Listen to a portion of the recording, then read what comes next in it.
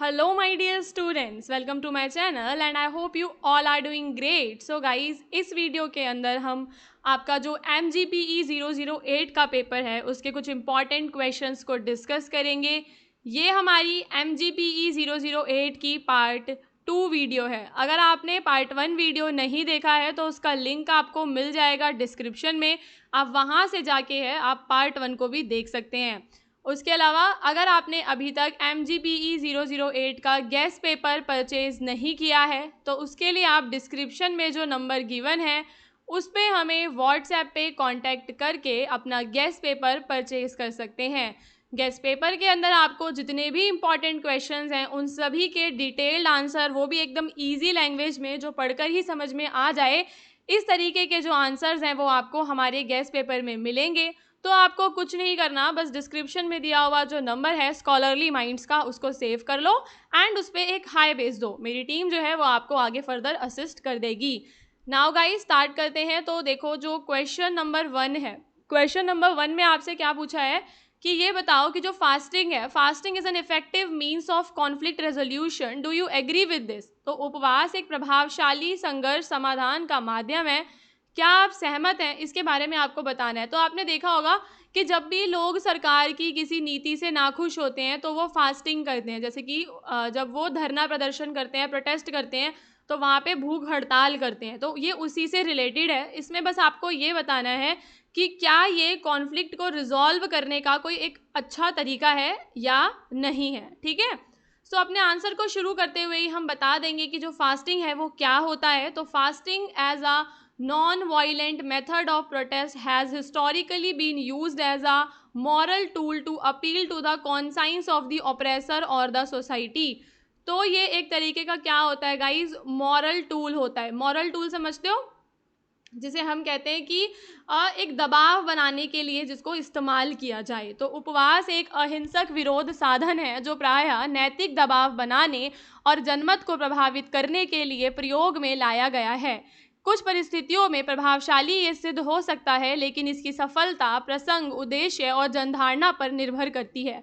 सो यहाँ पे हमने क्या समझा कि जो फास्टिंग है वो क्या है, एक नॉन वायलेंट मेथड है जहाँ पे हम जो हमें ऑप्रेस कर रहा है या सोसाइटी है हम उससे अपील करते हैं। It is like a moral tool. ठीक है, तो ये इफेक्टिव होता है ना। सो अब हम इसके फेवर में आर्ग्यूमेंट्स देखेंगे। तो सबसे पहले जो है इसका हिस्टोरिकल इफेक्टिवनेस देखते हैं। तो Mahatma Gandhi used fasting during the freedom struggle to mobilise mass support and exert moral pressure. तो महात्मा गांधी ने क्या करा था कि जब हमारा जो आज़ादी का जो पूरा जो हमारा संग्राम था, जो हमारा स्वतंत्रता का संग्राम था, वहाँ पे लोगों का मास सपोर्ट जो है वो गेन करने के लिए, एक तरीके का जो है मॉरल प्रेशर बनाने के लिए महात्मा गांधी ने इसका इस्तेमाल किया था। ठीक है, समझ में आ रहा है क्या करा था कि गांधी जी ने इसे स्वतंत्रता संग्राम में एक नैतिक दबाव और जन जागरण के साधन के रूप में प्रभावी ढंग से उपयोग किया। उसके अलावा ये जो है सेक्रीफाइस का एक सिंबल है। तो fasting symbolizes personal sufferings for a greater cause. तो यहाँ पे ये किया जाता है कि जो व्यक्ति है वो अपने आप को नुकसान यहाँ पे पहुँचा रहा है, यहाँ पे हम उसका त्याग देखते हैं। वो क्यों त्याग कर रहा है, क्योंकि वो जनता को जो है, एक तो वो जनता के अंदर जो है अटेंशन उसकी पाना चाहता है। ठीक है, दूसरा जो वो क्या करना चाहता है, जन सहानुभूति भी यहाँ पे गेन करना चाहता है। तो fasting symbolizes personal suffering for a greater cause which often awaken public sympathy and media attention. So just इसको एक तरीके से समझो कि क्या है कि देखो, जब कोई व्यक्ति भूख हड़ताल कर रहा है, ठीक है, वो कह रहा है कि मैं भूख हड़ताल पे रहूँगा, तो वहाँ पे उसका कुछ ना कुछ उसकी एक मांग होती है। ठीक है, कुछ ना कुछ वो मांग कर रहा है। तो यहाँ पे जब वो ऐसा करेगा तो जनता का क्या होगा, जनता उसके प्रति सहानुभूति दिखाएगी। दूसरा जो मीडिया है वो मीडिया की जो है अटेंशन भी यहाँ पे गेन करेगा। ठीक है, उसके अलावा ये एक नॉन वायलेंट और पीसफुल मेथड हम इसको कह सकते हैं। इसके अगेंस्ट में जब हम बात करते हैं तो बस ये एक मॉरल प्रेशर बनाता है, कोई लीगल फोर्स तो नहीं है ना, कि कानूनी शक्ति तो ये नहीं है। तो इसका विपक्ष में क्या तर्क हो जाएगा कि यह केवल नैतिक दबाव बनाता है लेकिन कानूनी या अनिवार्य समाधान की गारंटी नहीं देता। इसमें हमें दुरुपयोग की संभावना देखने के लिए मिलती है। So in modern times fasting can be used as a tool for emotional blackmail. Emotional blackmail करने के लिए हम इसको जो है देख सकते हैं कि लोग इसका जो है भावनात्मक दबाव बनाने के लिए या कोई अपना पॉलिटिकल इंटरेस्ट या अपना कोई पर्सनल इंटरेस्ट जो है वो पूरा करवाने के लिए इसका यूज़ कर सकते हैं। और लंबे समय तक जो है फास्टिंग अगर की जाती है तो कई सारे हेल्थ कॉम्प्लिकेशंस होते हैं एंड इवन जो है लोग मर भी जाते हैं। हमने मरने के भी जो है केसेस देखे हैं इंडिया के अंदर ही, जो लोग भूख हड़ताल करते करते मर गए। तो इन द फाइनल कंक्लूजन हमने क्या समझा कि जो फास्टिंग है वो एक इफेक्टिव मीन्स है कॉन्फ्लिक्ट रेजोल्यूशन का when used with sincerity, transparency and with in the democratic and responsive framework. तो ये कब ये हमारे लिए अच्छा है, कब ये इफेक्टिव है, जब हम इसको सिंसियरली इसको यूज़ करें, इसके अंदर हमें पारदर्शिता दिखे, लोकतंत्र ढांचे के अंतर्गत इसको किया जाए। तो how ever it is not a universal solution, but ये किसी भी तरीके का जो है यूनिवर्सल सॉल्यूशन नहीं होता। इसके बाद जो है हमारा अगला क्वेश्चन है जिसमें हमें कंपैरेटिव असेसमेंट करना है कश्मीर और नॉर्थ ईस्ट इंडिया में जो रीजनल कॉन्फ्लिक्ट होते हैं। आप सभी को पता होगा कि रीसेंट टाइम में जो है हमारा नॉर्थ ईस्ट इंडिया में भी हमें कॉन्फ्लिक्ट्स जो हैं देखने के लिए मिल रहे हैं, तो उसी से रिलेटेड है। तो हमने क्या देखा कि इंडिया जो है, इंडिया में कश्मीर में भी कॉन्फ्लिक्ट होते हैं और नॉर्थ ईस्ट दोनों में कॉन्फ्लिक्ट होते हैं ना। Both regions have experience prolonged violence and political instability but the nature of grievances and conflict dynamics differ significantly.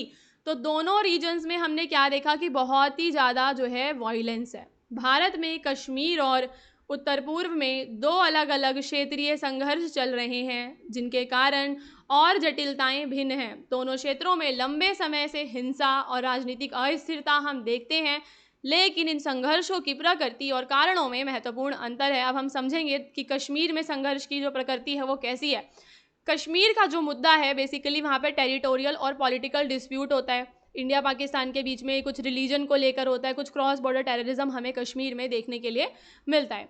वहीं नॉर्थ ईस्ट इंडिया की जब हम बात करते हैं तो वहाँ पे हमें एथनिक और ट्राइबल आइडेंटिटी एजर्शन देखने के लिए मिलता है, जहाँ पे वो ऑटोनमी की डिमांड करते हैं, अपने कल्चर को, जो उनका जो कल्चर की जो डिस्टिंक्टिवनेस है, जो उनका कल्चर इतना डिफरेंट है, ठीक है, उसके संरक्षण की भी वो लोग बात करते हैं। तो कश्मीर का समझ गए, कश्मीर का जो संघर्ष है उसकी प्रकृति और उसके कारण क्या है गाइस।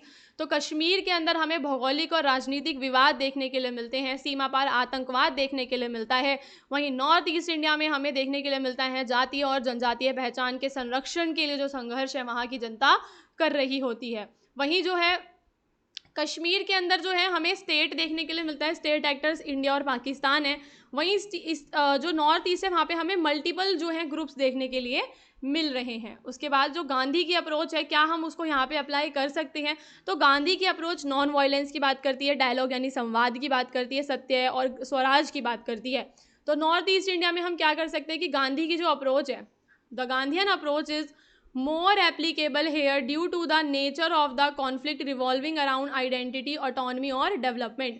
तो गांधी की अप्रोच यहाँ पे ज़्यादा एप्लीकेबल होगी, कहाँ पे, हमारी नॉर्थ ईस्ट इंडिया में। नॉन वायलेंट तरीके से हम इसको सॉल्व कर सकते हैं।